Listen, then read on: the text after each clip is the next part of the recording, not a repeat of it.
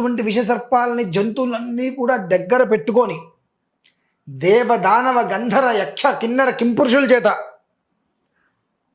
పూజలు ఎందుకున్నటువంటి ఆ పరమేశ్వరుడు ఆ శుద్ధ స్ఫటిక రూపంలో మన ఇంటికి రావటము అంటే ఏమ్మా ఈ జన్మకి మనకు అంతకన్నా కావాల్సింది ఏముంది?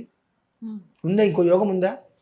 అటువంటి ఒక్క స్ఫటికాన్ని ఆగస్టు 2వ తారీఖు రోజు నాడు భస్మార్చన అనంతరం ప్రతి ఒక్క ఇంటికి కూడా అందించాలి.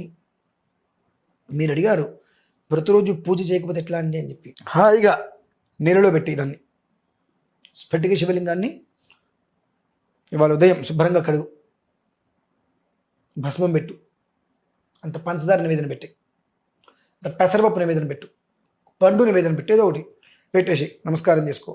తీసుకెళ్ళి మళ్ళీ నీళ్ళల్లో అయింది పెట్టేసి, ఒక కప్పులో నిండా నీళ్ళు పోసి ఆ శివలింగం నిండిపోయేటట్టుగా నీళ్ళలో పెట్టేసి